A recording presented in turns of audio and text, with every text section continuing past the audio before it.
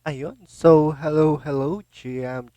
Kamusta kayo guys? So, andito na tayo sa ating episode 3, part 1 ng ating Project Sino content. So, ayun na nga, ang dami na nating nakita at na-upload na content sa Project Sino. So, ngayon ang gagawin naman natin is pure gameplay. So, papakitaan ko kayo guys ng mga gameplays na pwede nyo makuha or magamit sa arena. So, ang gamit natin is poison composition. So, let's go. Punta na tayo sa arena. Ayan. So, sana maging maayos yung laban natin kasi medyo mahirapan tayo dito. Lalo na samurai at grappler ang kalaban. Sobrang sakit nito. Grabe to. Pero tatry natin gawin to lahat. So, ang gagawin muna natin dito is ano pa nga ba? So, mag-speed up tayo dito kay Psychic and magla-Lightning Thunder tayo. So, ayan. Hinay-hinay muna tayo kasi may mga AoE damage siya. So, if tayo, atake kaagad tayo ng summon. Medyo mahihirapan tayo kapag nag-summon kaagad tayo. So, ayan. Tamang kalma muna tayo dito. Ayan. So, ayun na. May nakuha na tayong energy gain. So, gagamit na tayo ng energy gain at Konohagakure no Jutsu. So, para kapag umatake si tropang hindi na tayo masasaktan. Si Psychic kasi, any position pwede niya atakihin. So, ayun. Iniiwasan lang natin ma-burst tayo. So, ayun na nga. Wala pa rin magandang tira tayo. So, mag-iisip muna tayo dito. Ang gagawin natin ito. Tapos yan. Tapos ito. Let's go. Ayan.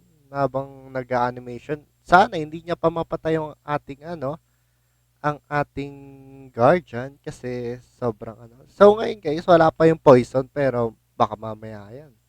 Uy, mapapatay niya ata yung ating guardian. Napakasakit nun. Ngayon, ba-burst out na tayo. Gagamitin na natin to lahat ng ating natitirang lakas. So, ang pinaka-threat lang naman sa atin dito kasi may summon tayo is yung harap niya. Kasi AoE damage yung harap niya. So, anytime pwedeng niyang patayin lahat ng ating summon. So, tatry natin manalo pa rin dito. Ayan. So, ayun na, lumabas na yung special skill natin. At makagamit na tayo ng poison mamaya. Tatry na natin. Ayan, gagamit na tayo ng Underworld at isang Little Thunder.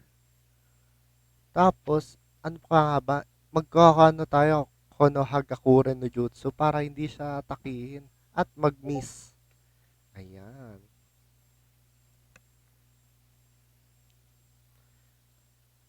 Ay, gagi. Yun lang. Nag-Little Thunder si Tropa. So, mamamatay yung mga summon natin. So, napakagandang tira nun para kay Tropa. Pero, ang gagawin natin is lalasunin na naman sila Tropa. And, lason lang ng lason kasi doon tayo babawas. So, mag-speed up muna tayo. Mamaya na tayo maglalason lang tayo. So, magte-take time lang tayo ng lason. Hoping na maganda yung magiging outcome na nag-invest tayo sa poison. Ayun. So, wait lang tayo dito, guys. Ay nga, pero na siya, nag-damage up na si Tropa. Medyo masakit na yon. Yeah. Yun lang, nag-collapse si Tropa sa likod. So, medyo bawas ang ating likodan. At may X-mark pa si Tropa. Patay ata. So, ayun. Dun tayo natalo. So, let's go. And, battle ulit tayo. So, ganun lang guys. Magbabattle lang tayo. Tatry natin hanggang manalo. So, let's go. Let's fight.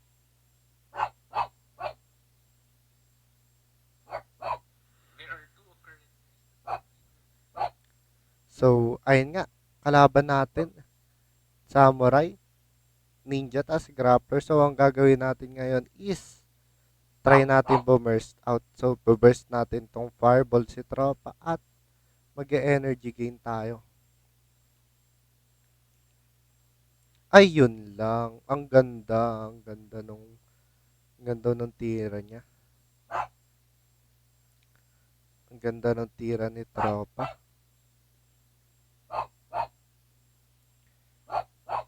Dito mama yung ang ating ano. Pero babawi tayo.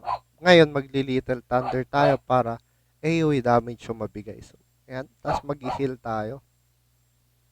So, let's go. Ayan, nag-cheerdal si tropa para mas malaki yung damage. Mas masakit kasi yung damage kapag ganun. So, medyo nalugi tayo kanina dun kasi hindi tumama ang ating main damage. So, gagawin natin is ito. Tapos, magnetic armor muna tayo para pampakalma lang. So, aantay tayo ng magandang cards or magandang deck kapag bago mag-burst. So, ayun. Nag-damage up na si tropa. Medyo masakit to. Pero may armor naman tayo. Bigay ng shield. So, ayun. So, let's go. Dito, pwede na tayong burst out. Burst out na tayo. Ayan. Tas, yan. Tas, ito. So, kukulangin tayong energy. Wala pa rin yung pang-critical natin sa grappler. Pero okay lang yun. Tatry pa rin natin yung best natin para mas maganda. Or manalo tayo dito sa game na to. Ayan. So, wait lang natin.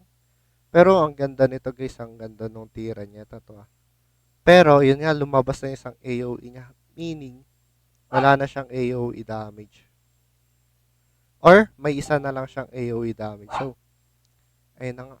Kunoichi niya. So, pwede na tayo mag-underworld. Mag-underworld tayo. Kasabay niyan, isang power strike sa gitna at Konohagakure no Jutsu. Ayan, my favorite card. So, favorite card ko yan. Kasi napakaganda niyan. Ayan, tatry natin guys.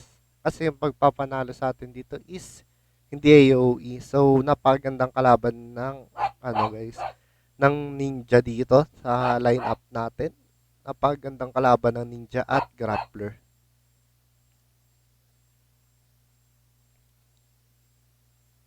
Wait lang natin mataas animation. Ayan. So, yun nga, buhay pa rin yung kanyang dito. Kunoichi. Tapos pinatay niya yung isang summon natin.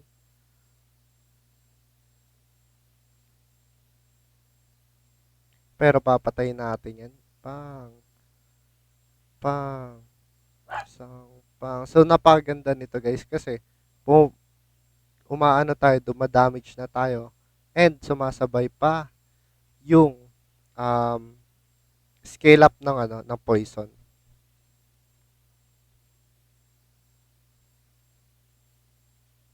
Ayan, let's go. Wait na lang tayo matapos.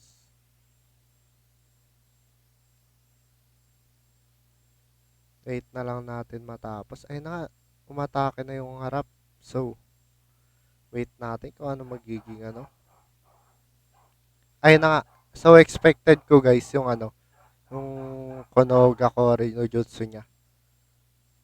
Yun lang. Nag-ulti si tropa. So, doon mag-iisip tayo. Sino nga ba yung titira sa kanila? So, ito tayo, then, ito.